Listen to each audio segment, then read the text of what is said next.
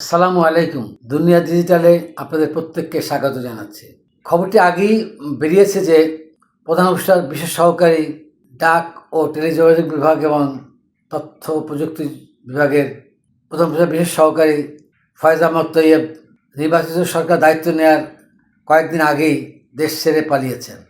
এ নিয়ে সংবাদপত্রে একাধিক খবর ছাপা হয়েছে। এ নিয়ে বিভিন্ন সংবাদপত্রে খবর ছাপা হলেও আজ বুধবার বাংলাদেশ প্রতিদিন একটি চাঞ্চল্যকর খবর ছাপা হয়েছে। খবরটিতে বলা হয়েছে দুর্নীতি অভিযোগ নিয়ে কীভাবে দেশ ছাড়লেন ইউনূসের বিশেষ সহকারী।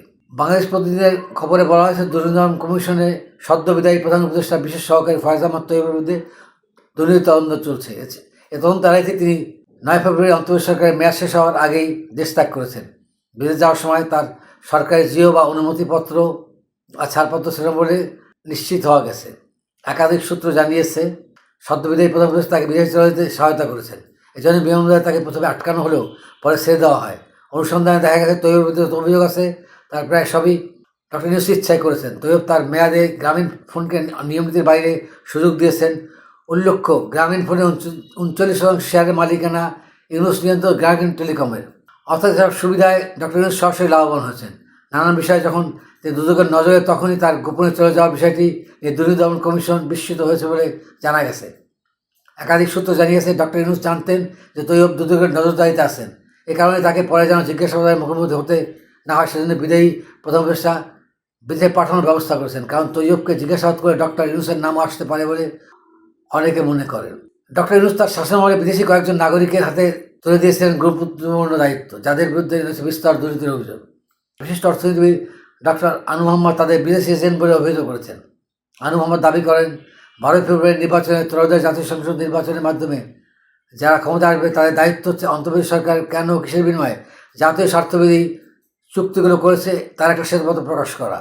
সেটা করার জন্য এই সরকারের মধ্যে যারা এসব তত্ত্ব চালাচ্ছে তারা যেন দেশ থেকে বের হতে না পারে সেটা নিশ্চিত করতে হবে। জাহাঙ্গীরনগর বিশ্ববিদ্যালয়ের সাবেক অধ্যাপক আনু মোহাম্মদ আরও বলেন, নিয়ম নীতি বহির্ভূত বিভিন্ন চরে চুক্তি করা হচ্ছে। উপদেষ্টা অফিসের সহকারী মুখোশ পরিয়ে এই সরকারি ইউনূস সাহেব প্রকৃতপক্ষে বিদেশি কোম্পানি এবং বিদেশি রাষ্ট্রের লবিস্টদের নিয়োগ করেছেন। কিন্তু আনু মোহাম্মদের দাবি আমলে না নিয়ে এরকম তো দুজন অন্তর্বর্তী সরকার বিদায়ের আগেই দেশ ত্যাগ করেছেন বলে জানা গেছে। এদের মধ্যে একজনের সুনির্দিষ্ট দুর্নীতি অভিযোগ রয়েছে যা দুদক তদন্ত করছে। ডক্টর ইউনূসের দায়িত্ব গ্রহণের কিছুদিন পর ফয়েজ আহমদ তৈয়বকে 24 নম্বর আইসিটি পলিসি অ্যাডভাইজার হিসেবে নিয়োগ দেওয়া হয়। 2025 সালে 5 বার প্রতিমন্ত্রী মর্যাদায় প্রধান উপদেষ্টার বিশেষ সহকারী নিযুক্ত হন তিনি। ডাক ও টেলিযোগাযোগ তথ্য প্রযুক্তি মন্ত্রণালয়ের দায়িত্বপ্রাপ্ত প্রধান উপদেষ্টার বিশেষ সহকারী ফয়েজ আহমদ তৈয়ব নেদারল্যান্ডসের নাগরিক। কোন যোগ্যতায় কিসের ভিত্তিতে তাকে এই নিয়োগ দেওয়া হয়েছিল তার ব্যাখ্যা প্রধান উপদেষ্টা কখনো দেননি। অনুসন্ধানে দেখা যায় তৈয়ব অনৈতিকভাবে গ্রামীণ ফোনকে অবাধিত সুযোগ দিয়েছেন। উল্লেখ্য, গ্রামীণ টেলিকম ডক্টর ইউনূসের স্বার্থ সংশ্লিষ্ট প্রতিষ্ঠান।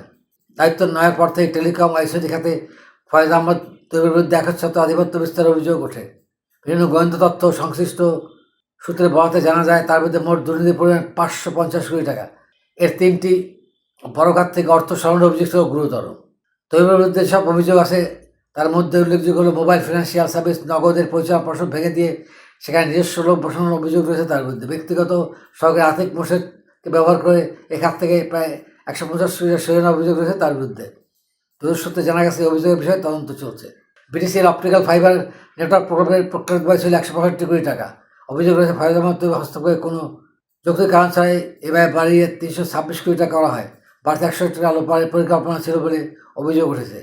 লাইসেন্স বাণিজ্য টেলিকম খায় বিভিন্ন লাইসেন্স প্রদান ও নবায়নে অনিয়মের মাধ্যমে 100 কোটি টাকার ঘুষ বাণিজ্য রয়েছে তার বিরুদ্ধে। তার বিরুদ্ধে ওঠা দুর্নীতির অভিযোগ তদন্ত দুদক শুরু করলে তিনি চিঠি দিয়ে তা থামিয়ে দেন বলে অভিযোগ রয়েছে। তৈয়ব সব অভিযোগ অস্বীকার করেছেন।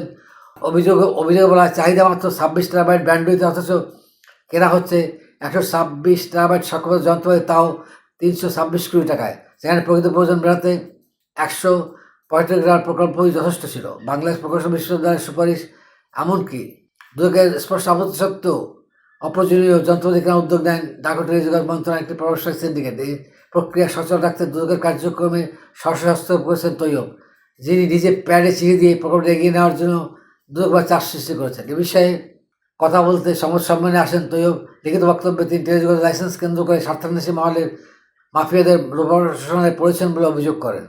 প্রধান উপদেষ্টা বিশেষ সহকারী তার অবস্থান তুলে ধরে দুদককে চিঠি দেওয়ার কারণও ব্যাখ্যা করেন। এদিকে সব বিতর্ক মাথায় নিয়ে অন্তর্বর্তী সরকারের বিদায়ের আগে তৈরি করে দেশান ফয়েজ আহমদ তৈয়ব 14 ফেব্রুয়ারি এমিরেটস এয়ারলাইন্সের একটি ফ্লাইটে জার্মানির উদ্দেশ্যে তিনি ঢাকা ত্যাগ করেন। সমাজবাদী তার মধ্যে নানা আলোচনা সমালোচনার প্রেক্ষাপটে নিজের অবস্থান ব্যাখ্যান করেন তৈয়ব। তিনি দাবি করেন 1 টাকাও দুর্নীতি করেননি, কিন্তু প্রশ্ন হলো কেউ দুর্নীতি না করলে এভাবে গোপনে দেশ ত্যাগ করলেন কেন? প্রধান বিশ্ব তাকে বিদেশ যাওয়ার অনুমতি দিলেন কেন? এদিকে ফয়েজ আহমদ তৈয়বের বিরুদ্ধে এখন পর্যন্ত যে অভিযোগটি সামনে আসেনি সেটি হচ্ছে ফাইল জালিয়াতি। জনাব ফয়েজ আহমদ তৈয়ব একজন পেশাদার জালিয়াত এবং সেটা তিনি প্রমাণ করেছেন তার বিশেষ সহায়ক হিসেবে দায়িত্ব পালনের সময়। এ ব্যাপারে আমাদের চ্যানেলে নজর রাখুন। আমরা এই পেশাদার জালিয়াত এবং দুর্নীতিবাজ ফয়েজ আহমদ তৈয়বের আরও তথ্য প্রকাশ করব, যে তথ্যে দেখা যাবে তিনি তার নিয়োগদাতা ডক্টর মোহাম্মদ ইউনূসের সাথেও জালিয়াতি করেছেন। আশা করি নতুন টেলিযোগাযোগ উপদেষ্টা যে জালিয়াত চক্র হয়ে ফয়েজ আহমদ তৈয়ব কাজ করেছেন তিনি তাদের থেকে দূরে থাকবেন। ধন্যবাদ। দর্শক, আমাদের এই চ্যানেলটি যদি আপনার ভালো লেগে থাকে তাহলে অবশ্যই লাইক, কমেন্ট, শেয়ার এবং সাবস্ক্রাইব করে আমাদের পাশে থাকুন। আপডেটেড প্রতিটি মুহূর্তে দুনিয়া digital, world news meets truth.